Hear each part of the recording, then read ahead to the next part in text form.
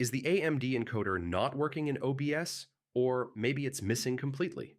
Yeah, that usually means OBS can't properly access your AMD hardware encoder. The good news is, this is usually fixable in just a few minutes. Let's go step by step. First, make sure your graphics card actually supports AMD hardware encoding. Most modern AMD Radeon GPUs do, but very old cards or basic integrated graphics may not. Next, update your AMD graphics drivers.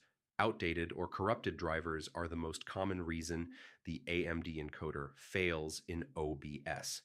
Open AMD Software Adrenaline, check for updates, and install the latest version.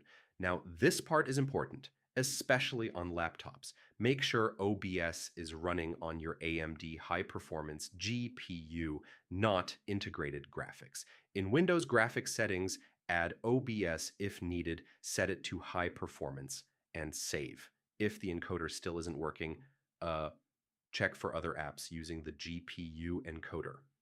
Screen recorders, browsers with hardware acceleration, or streaming tools can sometimes block OBS. Close those apps, then restart OBS and test again. Next, go into OBS settings, then output.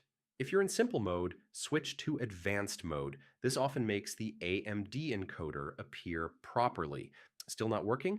Update OBS to the latest version. And if the problem continues, do a clean reinstall of OBS. Yeah, this fixes a lot of encoder detection issues. And that's how to fix the AMD encoder not working in OBS. After these steps, the hardware encoder should show up and work normally. Thanks for watching, and enjoy smoother recordings. Hey everyone!